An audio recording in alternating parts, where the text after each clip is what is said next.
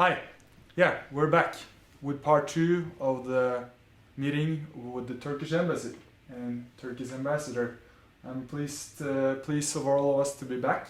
Yes, that is my pleasure. We got 2 topics we're going to discuss now. Yeah. And the first one is Norway-Turkey relations, which I think you know something about because you're the ambassador of Norway. Yes. And of Turkey and Norway.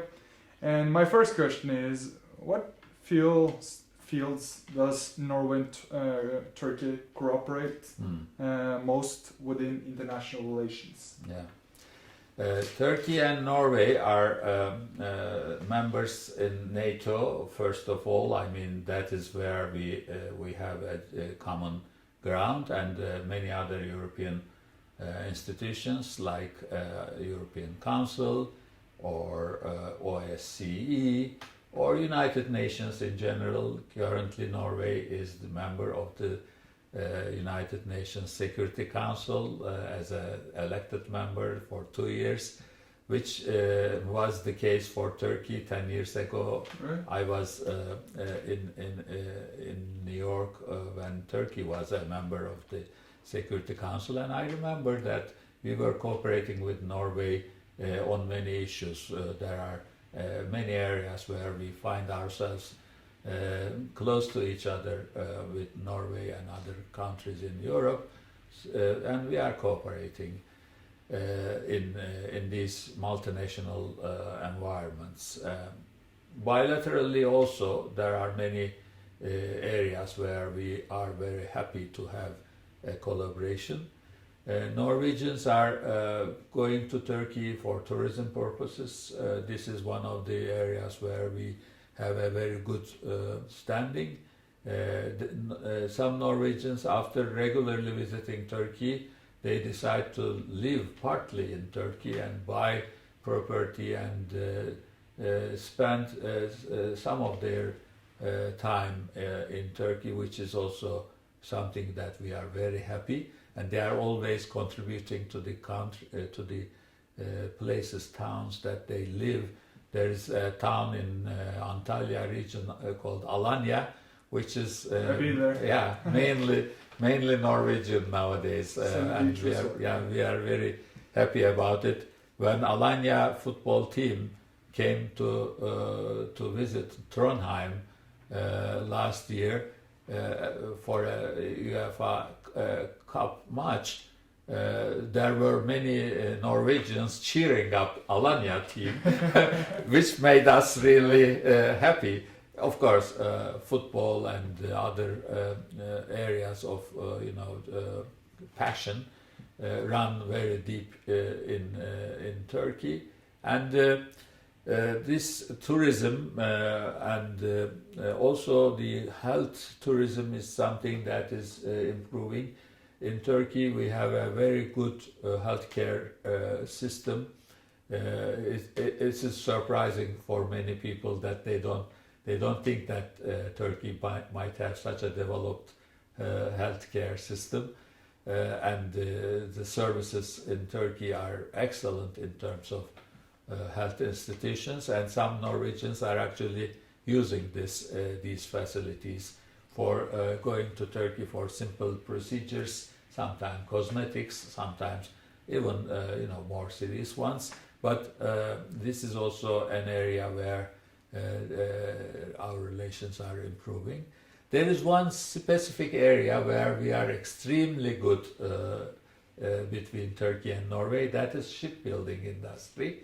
Norwegian ship owners are more and more ordering their ships to be built in Turkish shipyards, which are very high quality shipyards, and compared to Norwegian alternatives, lower cost and faster labor. We can do miracles in terms of labor, day and night working, and that kind of things are very common in Turkey. So Norwegian ship owners of different purposes and sizes are using Turkish shipyards, like shipping vessels and also ferries and passenger ships. There are even two very large passenger ships, cruise ships, that are being built in Turkey for Norwegian use. So if you travel somewhere in the Atlantic roads of Norway, and when you hop on to a ferry, likelihood is more and more that ferry might be constructed. Can you name an example of ships that runs in Norway that are built in Turkey today? The names or the name of the brand? There are many brands. I would not mention one of them because the others would be sorry about it. So there are really very good Turkish shipyards having very good connection with Norway. There are maybe currently more than 20 ships being built in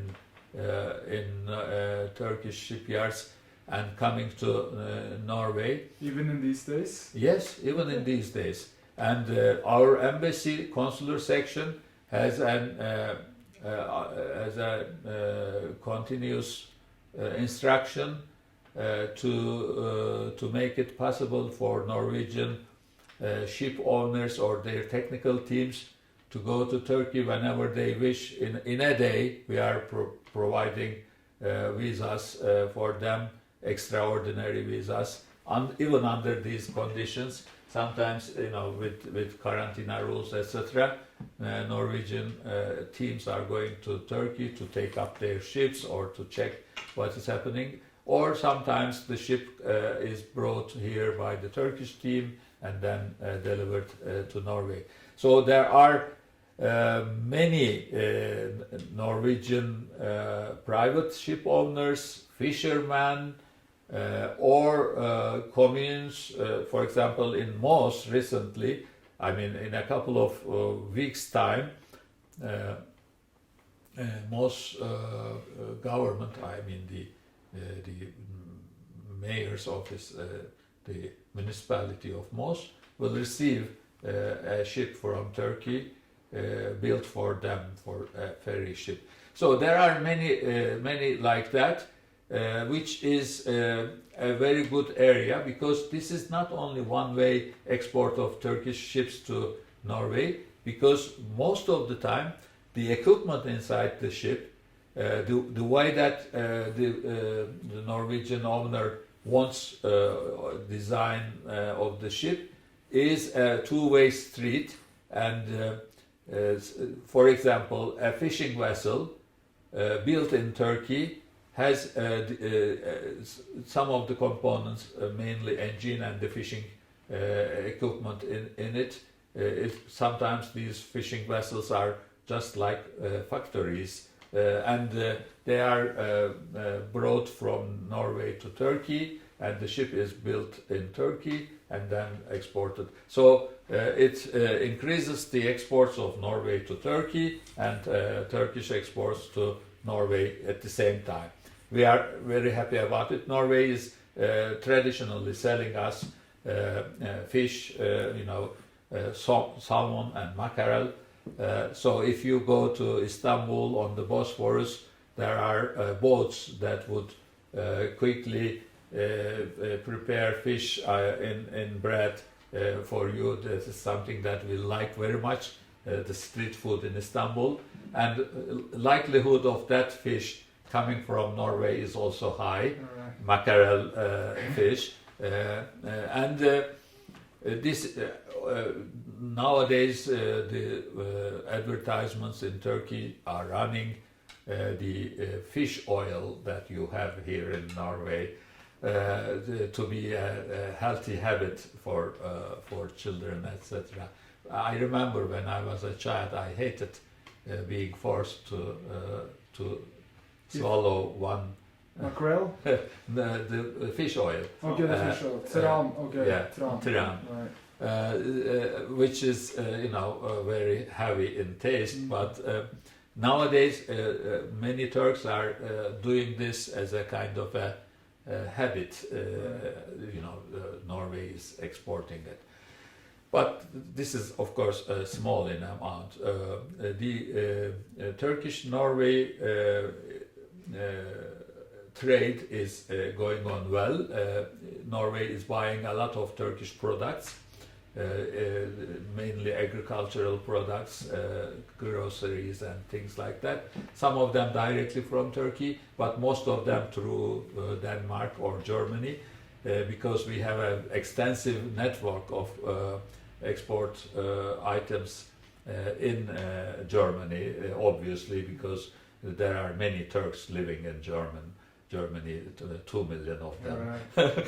So, like half of Norwegian population almost. Anyway, these areas are going very well, and we would like to have more cooperation with Norway in the international arena. Whenever it is possible, we are cooperating in supporting our mutual candidacies and efforts in the international area, oceans and clean energy and climate change, fight against climate change.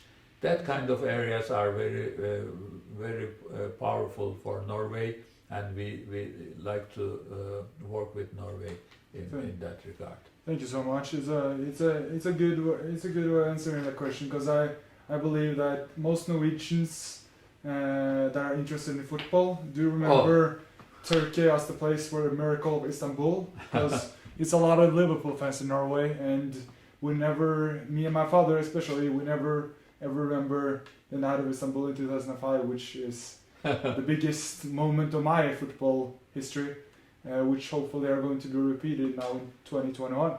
We never know. But you should know that Norway and Turkey will have a match soon in this spring, in March. We don't know where it will be. It should be normally in Norway, the first match. Yeah. We are in the same group in the World Cup. Yeah, of course. World Cup preparations. Yeah. So Norwegian national team and Turkish national team will have a match. That would be. Even though what's happening there, I tell you, I will never ever remember or forget the night of Istanbul in 2005. That's for all the Liverpool fans out there. We will never. And it's 50,000 of us just in the supporter club. It's a lot of us, bigger than the other Norwegian team, I do believe. But that's some good things about the relationship. There are some Norwegian players in Turkey. Yeah, Umar Abdelawi and a lot of them. But it's always some things that can be improved. It's never perfect. Nothing is perfect. Yes. That's my slogan. It's nothing perfect. Is there anything between Norway and Turkey relation that could be better? And what are some concrete examples to improve the relationship? What can we do, and how isn't it perfect? Yeah. It is not perfect in the sense that our government-to-government relations are surviving because we are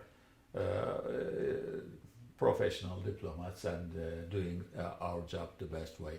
But the appearance of Turkey in the media and the public opinion is very negative, and it is unfairly negative, I should say. I can understand and accept with a very good attitude friendly criticism coming from Norway. Believe it or not, we would be very much appreciative of friendly criticism. When Norway wants Turkey to be better in some area, Norway can come to us and say that, look, this and this is an area where you could do better, and let us work together for this. This kind of attitude would be appreciated and would be welcomed in Turkey. But unfortunately, we can see a little bit of a different attitude. Criticizing Turkey always very harshly and very unfairly is happening in the Norwegian media. I have thought about it a lot in the 2 years that I passed in Norway. Now I completed 2 years. as an intellectual person, as it's also part of my duty here, but also as an intellectual person who thinks about world affairs and human conditions, I looked into this very deeply, and I came up with a conclusion that Norwegian public opinion is marred against Turkey because of 2-3 reasons. There has been an accumulation of Kurdish asylum seekers. Most of them are, citizens of Turkey who had no problem with Turkey, and they moved on Norway, and they might not be interested in doing anything against Turkey. But there are some of them, especially the regular migrants would be on the first category. But the asylum seekers who are coming to Norway asking protection are generally associated with PKK in Turkey in the past, and they come to Norway and say that, I escaped from Turkey, my life is in danger there, and protect me. And Norway generally opens arms to this kind of protection, and there has been an accumulation of such persons over the years, especially PKK related. And after they come here to Norway, they establish a life here and settle down.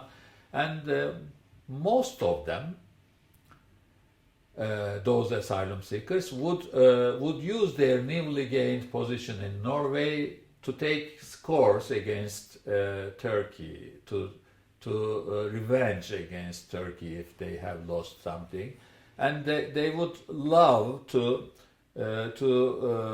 promote Turkey in a negative light and say horror stories, because this makes sense. This would justify why they escaped from Turkey, and this would also, in their understanding, help in their cause against Turkey. So there are people in Norwegian society who came to Norway as asylum seekers, got protection and got a new life here, and now they are using their life and ability, their position, to take scores against Turkey. But you have a lot of immigrants as well here. Yes, I will tell you why because the immigrants coming from Turkey, the Turkish ones or the Kurdish ones having no problems with Turkey, would not have anything to do with these issues, because they are now busy in establishing their new life, and they don't have an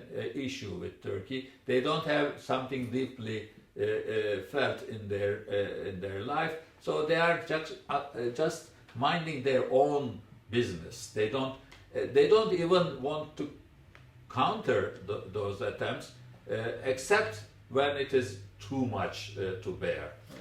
And this attitude of the PKK-related asylum seekers is actually in the last 3 years coupled by another group of Turks coming to Norway as asylum seekers. These are the Gülenists, as FETÖ people, because... Who is that people? Gülen. From which country? Turkey. Turkey. They are Turkish citizens, right, who came to Norway as asylum seekers. When I came to Norway in 2000, very last days of 2008, I read statistics which made me really surprised. Turkey tops the list of the asylum seekers in Norway. So Norway receives asylum seekers from around the world, and it is not Afghanistan, it is not Syria, it is not Iraq, it is not Somali, but it is Turkey that most come here to seek protection. This is an anomaly. Turkey is not burning in... yes, we had this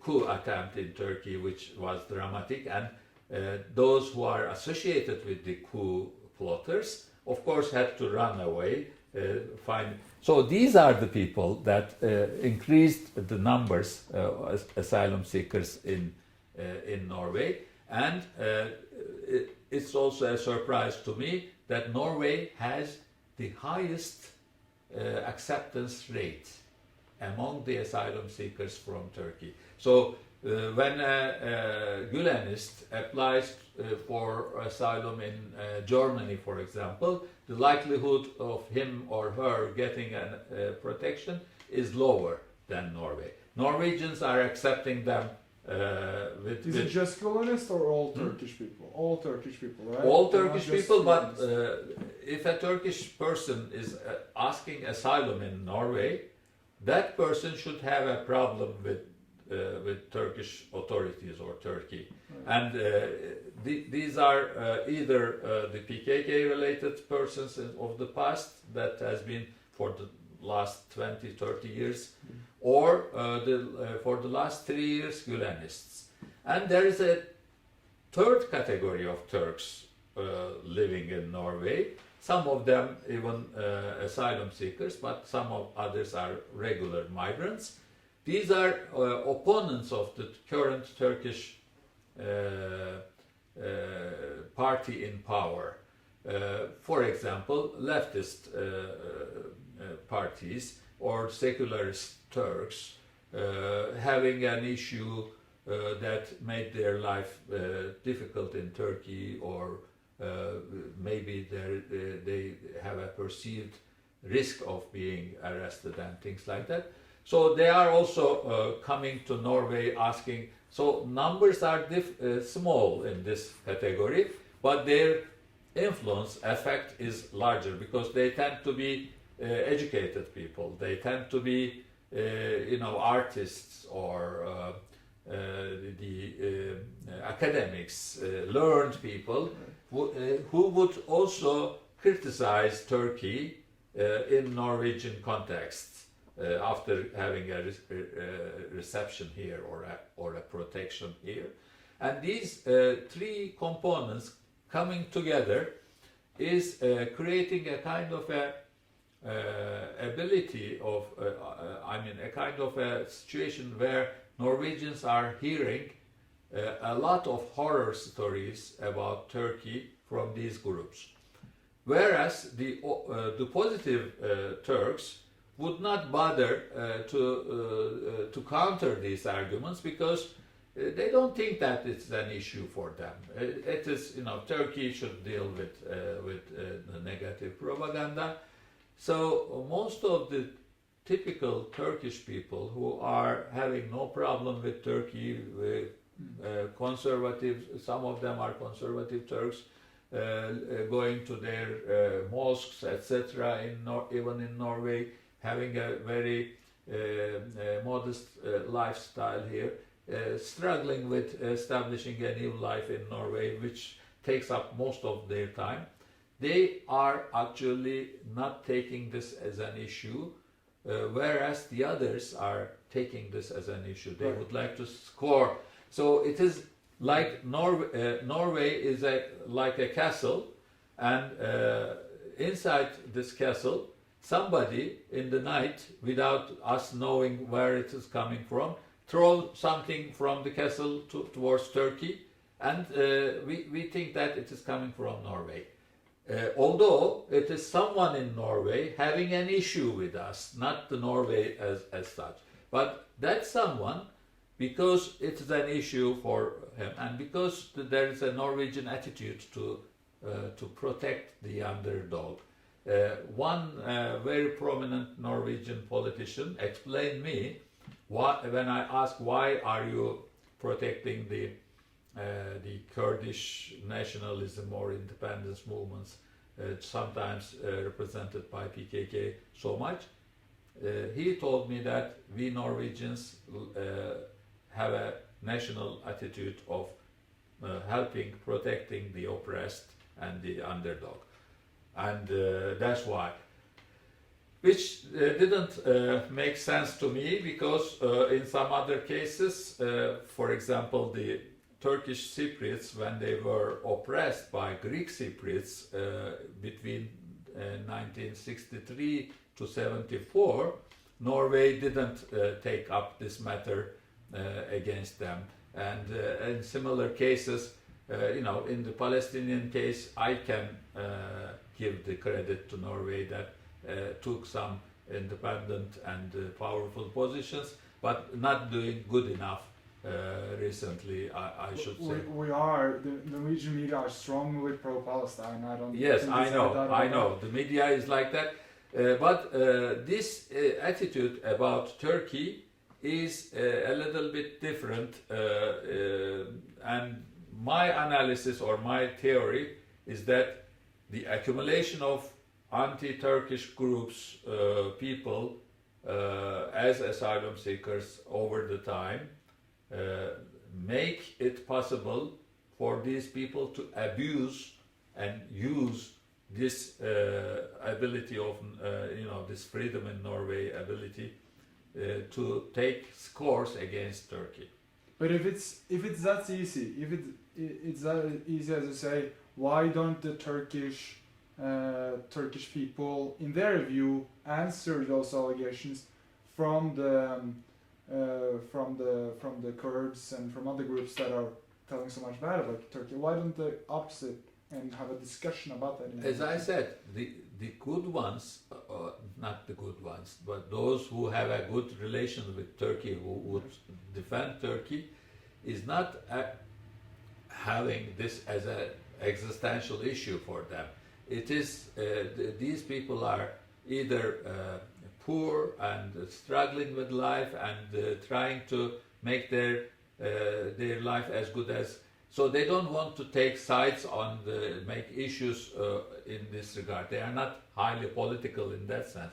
There are some who are trying to make their point, but it's very difficult for them to reach the media, because media has a bias against Turkey, and those who are defending Turkey would be easily blamed to be the mouthpiece of Turkish government. If you the other groups who are working against Turkey are very cleverly able to use the reflexes of the Norwegian society. And when Turkish, for example, the Turkish group is making a campaign about something, immediately they will say that these are doing this on the instructions of the embassy, on the instructions of the Turkish government. They are the pawns of this and that. So and that attitude or that rhetoric is unfortunately more attractive. They are able to say in that, if they write a statement in a paper, they can write, "I'm not representing anyone." Yeah. But then they're actually able to come up with the opinion. Then no Norwegian can blame them for representing the government if they say that.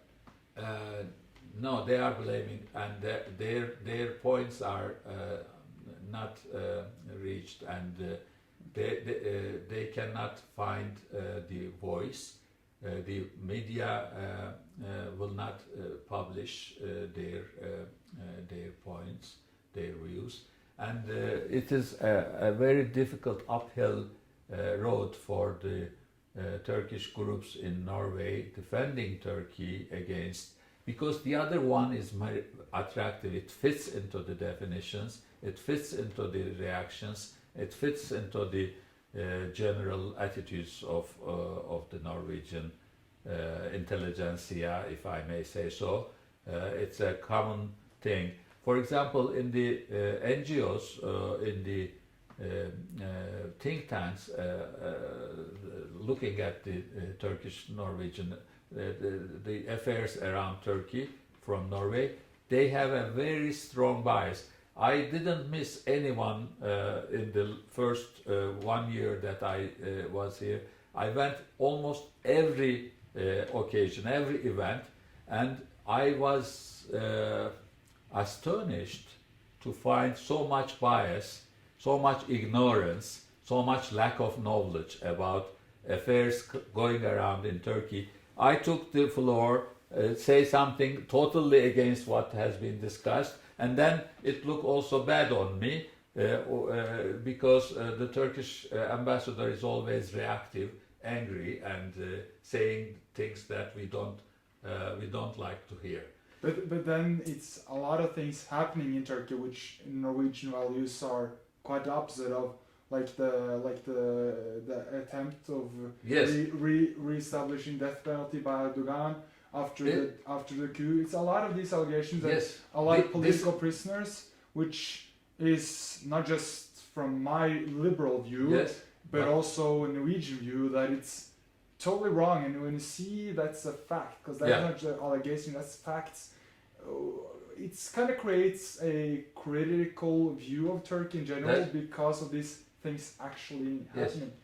But I'm asking Norwegians to put things in its perspective. When Turkey had this coup attempt, Turkish parliament was bombed by an F-16, which was piloted by a FETÖ member pilot. Can you repeat what FETÖ meant? Gülenist, terrorist organization, Fethullah. Opposition to Erdogan. Fethullahist. It's not opposition to Erdogan. That is also one of the illusions that has been very nicely put into the minds of Gülenists. Gülen is not about opposition. If you are in opposition, you would establish a political party, and you would run against the current party in power in elections. Whereas what Gülenists did was sneak into this state system from everywhere and planting a coup. You know, on that night, what happened in Turkey is incredibly dramatic. The Turkish institutions were bombed by Turkish planes, or in some cases tanks were used and helicopters were used, and 256 persons died in a night. And we were able to save the Turkish democracy from this coup attempt only by an uprising from the popular people. I mean, when the president asked everyone to come to streets, it was so. Otherwise, we would have woken up to a morning when Gülenists were running the country, and you would see how things would be threatening to Europe from Turkey if this would have happened.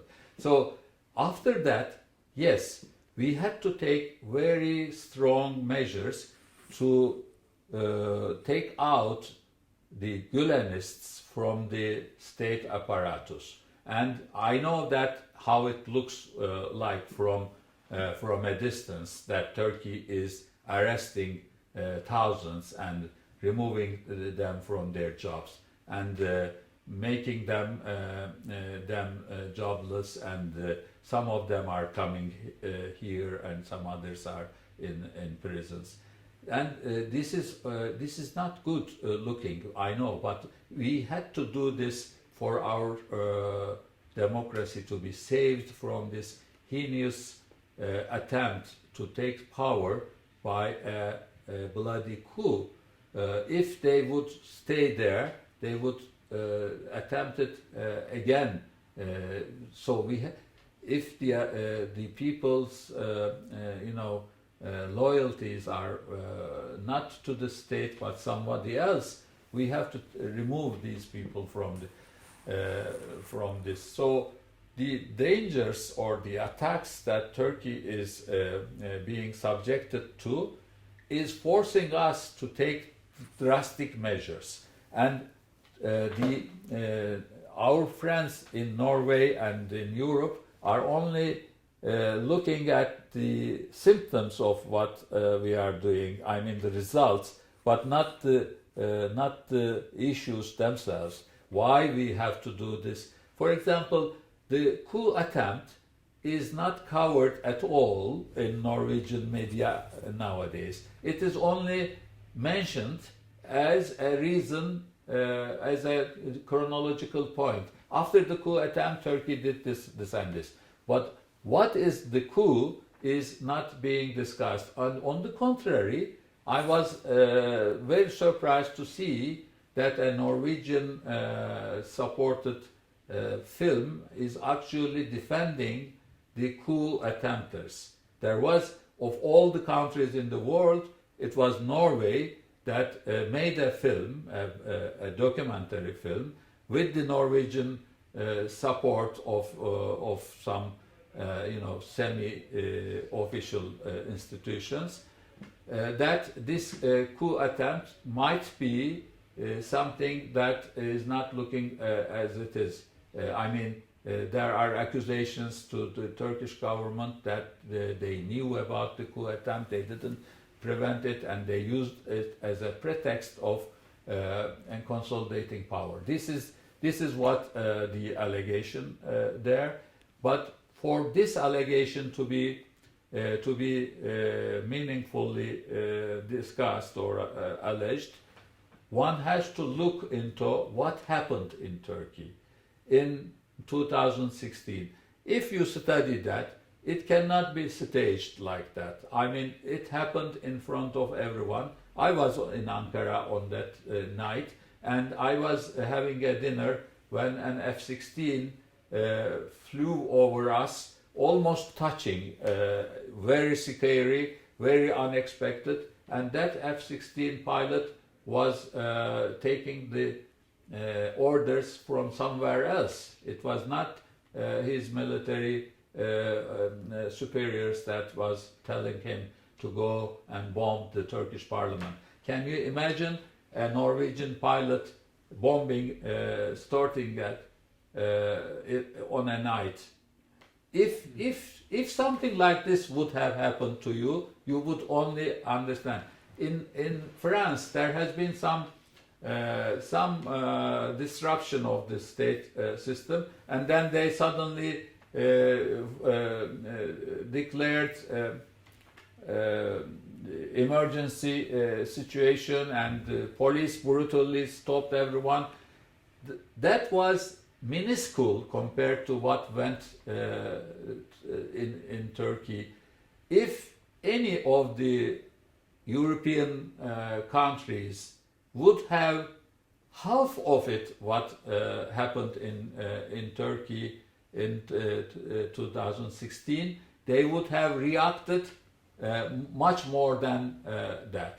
Right. I understand that we are maybe not looking very good in terms of human rights or in terms of the judicial proceedings going on in Turkey, but we are faced with a very extraordinary, very dramatic situation.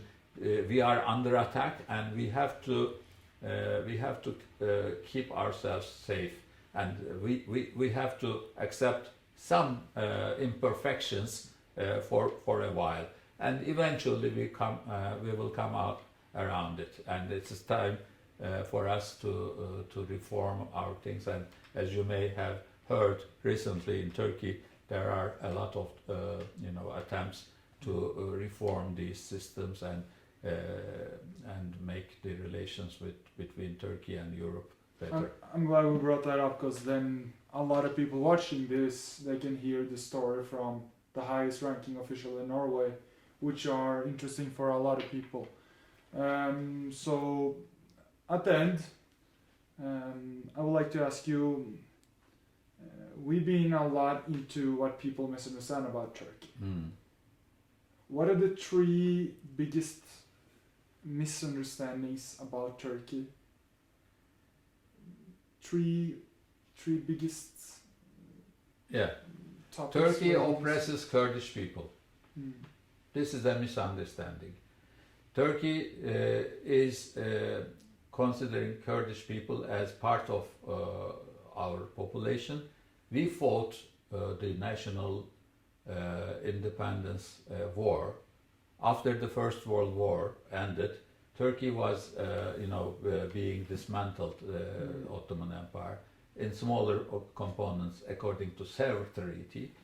And Kurds and Turks at that time fought together against the enemy, and the enemy was many at that time. I mean, the French, British, Greek, Russians were at the first, but then they dropped out. Yeah, they dropped out after the Bolshevik Revolution. So that even Italians were somehow involved in the south of Turkey. So we had this war together with the Kurds and established the Republic of Turkey as a secular and it was the concept of Turkish nationalism as established by Atatürk has to be very well studied. It is not a nationalistic ethnic background understanding of nationhood, because Atatürk says ne mutlu Türk'üm diyene, it means that who says I am Turk is happy. So that is not a blood-related or ethnic background-related expression. Who is saying I am Turk is actually a citizenship bind with the Republic of Turkey. And whenever you say that I am Turkish, it means that I am a citizen of the Republic of Turkey. So this was okay for most of the Kurds for a long time, until the time when some external powers wanted to use Kurdish nationalism against Turkey, against weakening Turkey or making Turkey smaller, and they actually supported PKK terrorism. The leader of PKK, Abdullah Öcalan, lived in Syria for most of the year, most of his life, and then number one with the Kurds. That's number one. Yes. You got two more reasons how we misunderstand them briefly. You have yes. two more reasons. Turkish democracy is suffering because of an authoritarian leader. That is a misunderstanding. Turkish democracy is actually doing very good given the conditions around it. We are suffering because of the attacks against us is making us react with cautionary, with security focused measures. Security is important for us because we are living in a difficult neighborhood. If our neighbors were Sweden and Denmark, we would be also relaxed like you. Our neighborhood is, and the people are, interfering in our affairs as if they have this upper ground. They don't. The Turkish system that is established in 1923, the Republic of Turkey is the best possible approximation of democracy available in the surrounding of what Turkey has, and this has to be supported. And the third misunderstanding is that we can help Turkish democracy by criticizing Turkey and by helping the democratic forces in Turkey. That is the other half of Turkey. This is a misunderstanding. Actually, you can help Turkey by engaging with both sides of Turkish political spectrum. In Turkish political spectrum, people in Norway, they look at Turkey and they don't like what they see. They see that our current president becoming too powerful, and he is winning every election for the last 15 years. And these elections are actually very well scrutinized by the international community, and they found nothing. That means that the Turkish public actually supported this leader by voting them. So this Turkish public is at least half of Turkish population. The other half may have other ideas and have opposition. Our European friends think that by helping the other half, by empowering them and by talking to them, they can make a difference in Turkey. This is actually running exactly the opposite effect. And in Turkey, people are looking at why these Europeans are always talking to, especially this party, especially that. So when I look at the Norwegian embassy's projects that they are providing in Turkey, it goes on the 10% on the left of the Turkish spectrum, the LGBT, the intellectual bohem style people that they, this is part of our society, and I would be totally okay if you support them, but only supporting them and not talking, not having any connection with the other huge part of the population is wrong.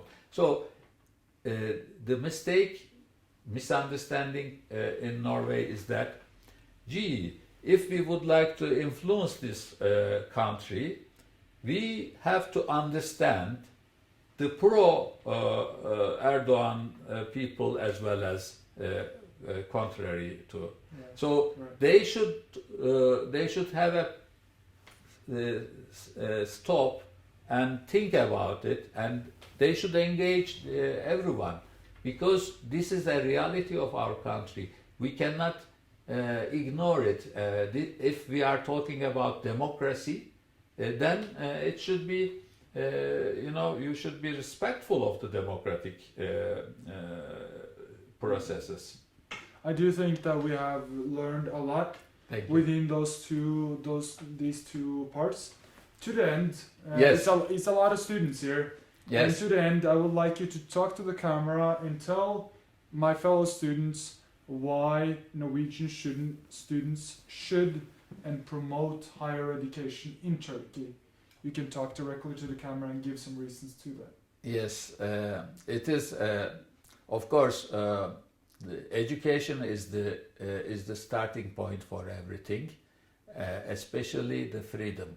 So I would like to tell you in Turkish something that would have the meaning that the education for freedom, and that is eğitim özgürlük içindir. Thank you so much, Mr. Ambassador, and thank you for everyone that watched these two parts with Mr. Ambassador. This is his embassy, this is his office, and I'm very pleased to have been able to come here. And thank you for giving us some. It is my pleasure. Thank you for listening and recording this, and I would like to greet everyone that would watch this later. Thank you so much. Bye.